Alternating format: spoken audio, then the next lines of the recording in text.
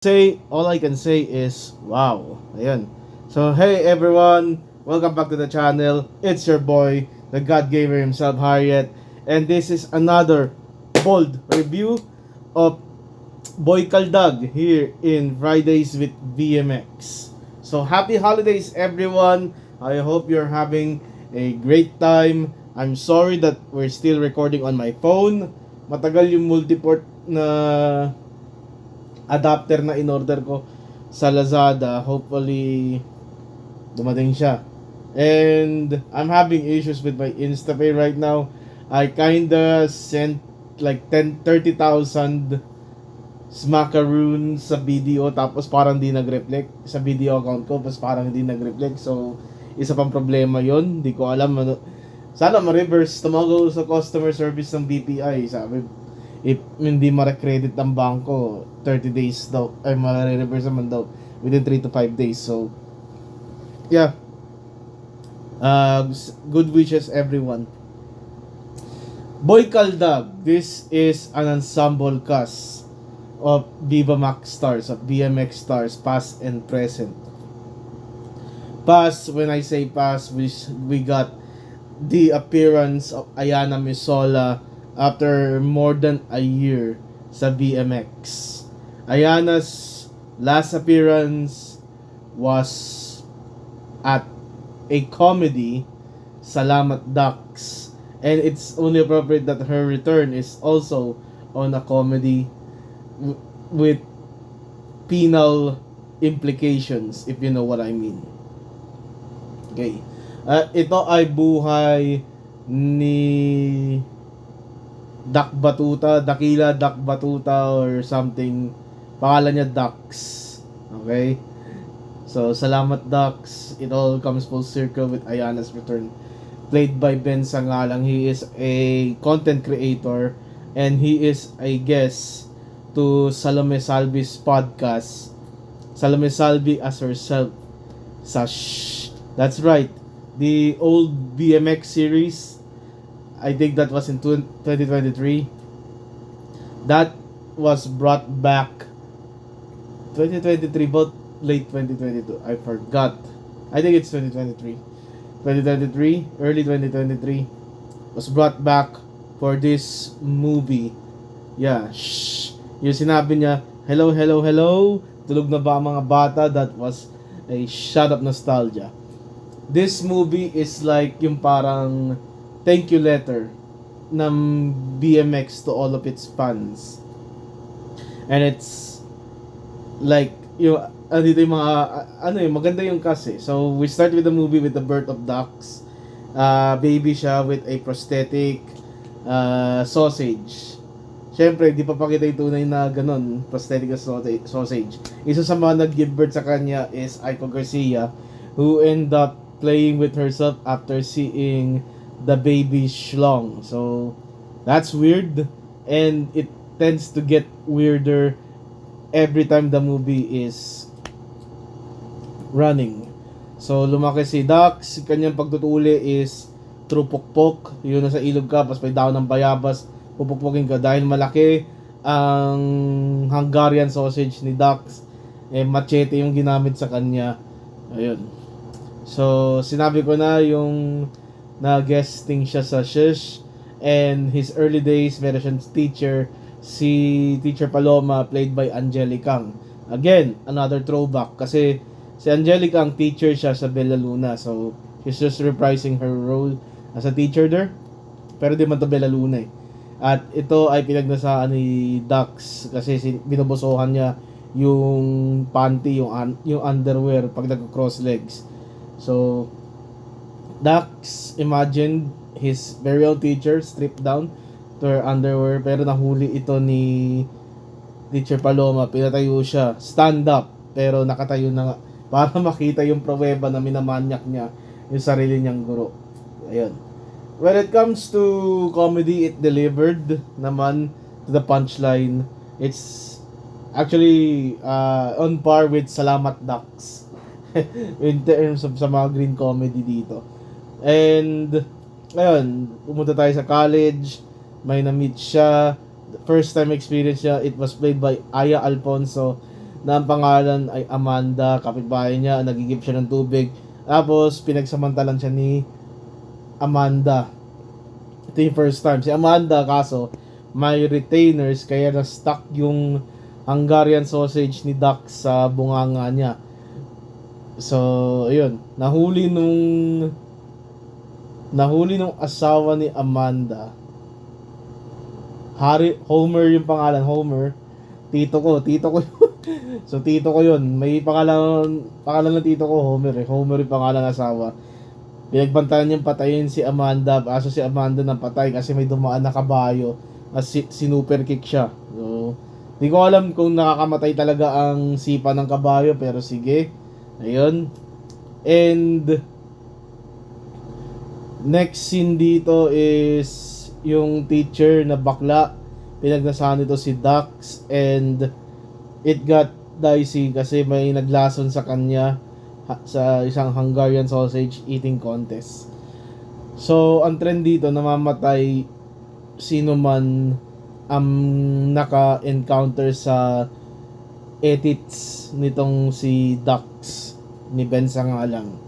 At nagsik sila ng help sa albularyo. Yung albularyo actually nagsabi ng backstory ni Dax, pero hindi naniwala si Dax kasi pagkakaalam niya, hindi kabayo o hindi boy kabayo yung tatay niya, kundi isang Hapon. So, nagbayad siya ng 500, yung pala 700 pesos ang kinordinate ng kaibigan niya. Yun. Nag-graduate sila, naging content creator kasi wala makuha ang trabaho at dito sila kumakaldag at sumikat. Yun. Meron dito isang eksena rin na callback so kay Azzy Acosta. Bumabiyahe pa uwi si Dax galing eskwela. Sumakay siya sa bus. Napansin niya yung karakter ni Azzy Acosta. Linit rin natin yung pangalan, no? Linit rin yung pangalan. Alam ko linit eh. At, yun, na-relate niya. Akala niya magiging tulad dito sa pamasahe kung saan tatabihan niya yung babae na may sanggol. Ayahin niya uminom ng beer. Tapos pagtatalik sa shower, sasabihin ni Azzy Acosta na yung ari-arian lang ng babae ang habol niya. It was a nice callback. Sinabi pa nga ni Dax, siya na sasagot na pamasahe nila, Nueva Segovia daw. We all know Nueva Segovia is a fake place. Hanggang Fairview lang yung bus. Tapos, ayun, nagsasalita pala ng Tagalog yung matino yung pag-iisip kasi si Lynette sa pamasahe. Wala sa katinuan. At nahusgahan tuloy ng manyak itong si Young Dax. So, yun yung bago naging content creator. It's a nice callback sa pamasahe. Okay, so naging content creator si Dax. Tapos, ayun, sinabi niya, tapos na yung podcast, pinaglaruan siya ni Salome Salvi. Di ko alam kung namatay si Salome, pero parang okay naman, na-survive niya. Di ba sila nagtalik or something, alam ko, hinihimas lang yung ganun eh. Pero there's more to the story than that. So, we met Jessa Garcia who is playing Bettina. Ito yung crush ni Dax nung college pa, varsity, and she has a boyfriend named Harry. Tito ko na naman, pangalan na naman ng tito ko. Ayan. Sabi gusto mo may therapy ako eh. So, when it comes to that, may nagpa-bridal shower ang isang kliyente ni Dax. So, the Kaldag boys, boy Kaldagers go to the cruise ship. Andus Candy Veloso and some other girls. Hanggang ngayon, nahanap ko pa rin sa si Ayana. Sana hindi siya, sana hindi siya background character lang. Yun yung kinatatakot ko eh. Pero, yeah, nagtalik yung Kaldag boys dito pa si Dax. Kasama niya yung bride-to-be na si Bettina pala. At si Bettina ay dinugo sa loob. Nalaman ito ng kanyang fiancé na si Harry na galing ang Singapore, umuwi. Tapos, ayun. Si Dax na-kidnap. Siya lang na-kidnap, hindi si Chad Solano saka yung isa niyang kasama. And, ang pansin ko nandito is, kinidnap siya ng lalaking nagko-crossdress. At yun pala ay si Harry. Na pinatay rin si si Bettina along the way. Hindi in-explain kung bakit nag-crossdress itong si Harry. Pero naka-wig siya at naka-vestida. Di ko alam ba't siya nagko-crossdress. Wala sa backstory niya, siya ay crossdress. Siya lang, sinabi lang niya, pinatay niya tatay niya kasi pinipilit siyang mabuhay na hindi ayon sa decision niya. Kaya siya nag-varsity kasi ayaw niya mag-ROTC o CAT. At galit na galit siya sa mga content creator. There's none of those that make sense kung bakit siya nagko-crossdress. Is it implied na bakla tong si Harry? Hindi naman bakla eh. Di ko alam. Okay? So, na-anesthesia tong si Harry kasi nakipaglaban siya kay Dax at pinutol ni Dax yung kanyang ari para tumigil na yung sumpa. Kasi namatay niya nga si Bettina eh. Yun. Lumiit na, tapos nagising si Dax na naginip siya, tapos may dumating na kabayo, tatay niya daw, pero hindi pala, nagising siya sa panaginip niya. Ang gumising sa kanya si Ayana. So si Ayana hindi nagubad dito. Nurse si Ayana dito, kasi kakapit daw ulit yung pinutol niyang ari sa kanya. At sabi ni Dax, wag. And that's the end of Boy Kaldag. Craziest BMX movie na nakita ko. And it's actually one of the better ones na nirelease dito this year. And it is nice na it's something for the fans, for the subscribers talaga ng Viva Max, ng BMX, na ibigay itong pelikula na to. It's a nice, parang fan service. Yeah, it's the most fan service na makikita natin. Binalik si Ayana. Mas maganda sana kung binalik rin si AJ, no? Pero okay lang. Si Ayana mas matagal eh. So, yeah. Yung mga sex scene dito is not gratuitous. Okay? Hindi siya todo. For the purpose of comedy siya. Of course, may hubaran, pero for the purpose of comedy talaga, comedic purposes, hindi siya todo-todo. Kung meron man resembling of a sex scene, it's yung kay Jessa at kay Benz. Pero all in all, there's none. Di ka malilibugan sa pelikula na to. Okay? So, I'm going to give Boy Kaldag a very fair verdict. Actual movie. Yan. Actual movie siya. Go watch Boy Kaldag. Pero MMFF rin ngayon. I put up a poll on my community. Anong panoorin ko? I'll wait till Saturday.